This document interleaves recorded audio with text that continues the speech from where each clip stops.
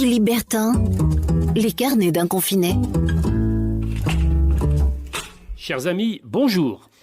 Je vais prolonger ma petite chronique d'hier. Je vous ai parlé de ma rue dont j'avais vu la photo sur une carte postale ancienne, vieille de plus d'un siècle. J'avais remarqué, je vous l'ai dit hier, que rien, au fond, n'avait changé dans ma rue. Il y a toujours à peu près les mêmes commerces et toujours l'église à laquelle je fais face depuis ma fenêtre.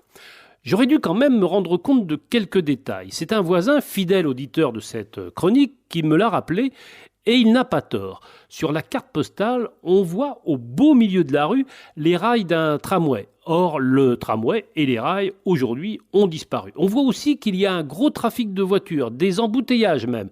Et là aussi, ça a changé puisqu'il n'y a plus aucune voiture à passer sous mes fenêtres. Ceci étant, il y a un siècle, les voitures en question étaient à cheval. C'était le plus souvent des carrioles et fouette cocher. Le magasin d'en face n'était pas là non plus il y a 100 ans. Normal, me direz-vous, c'est une auto-école aujourd'hui. Et en ce temps-là, il y a donc un siècle, des auto-écoles, on n'en avait pas vraiment besoin.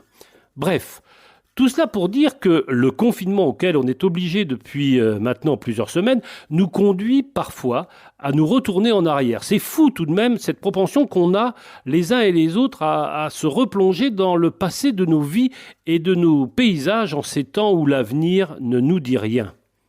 Bon, pour passer le temps justement, j'ai un conseil à vous donner. Si vous le pouvez, repassez-vous à la télé un grand classique du cinéma, Retour vers le futur. C'est vraiment de circonstance. Allez, portez-vous bien, prenez soin de vous et à demain. Philippe Bertin, les carnets d'un confiné. Podcast by Tendance Ouest.